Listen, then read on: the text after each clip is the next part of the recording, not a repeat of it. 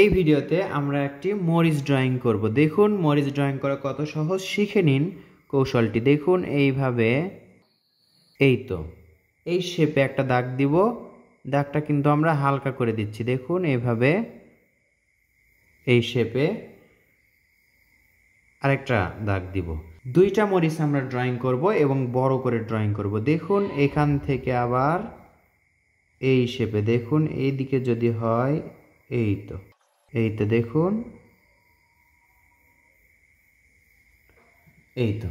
এবার বোটা একটু লক্ষ্য করুন, দেখুন কিভাবে, এই তো দেখুন, এই তো এইভাবে। এবার এখান থেকে এই তো সুন্দর একটা মরিচ হবে।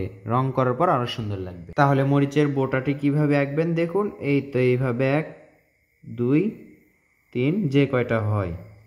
এরপর এখান থেকে এই তো সহজ এবং সুন্দর ড্রয়িং। দাগটা কিন্তু আমরা হালকা করে দিলাম এবং রং করার পর এই দাগটা যদি গাঢ় করি তাহলে সুন্দর লাগবে।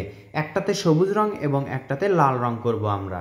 রং আপনি যে কোনো ব্র্যান্ডের করতে পারেন, তবে একটু খেয়াল রাখবেন রংটা যেন গাঢ় এবং সুন্দর হয়, রংগুলো যেন বাহিরে না যায়। এভাবেই আপনারা আঁকবেন সুন্দর দুইটা মরিচ। কৌশলে আঁকবেন এবং সুন্দর করবেন।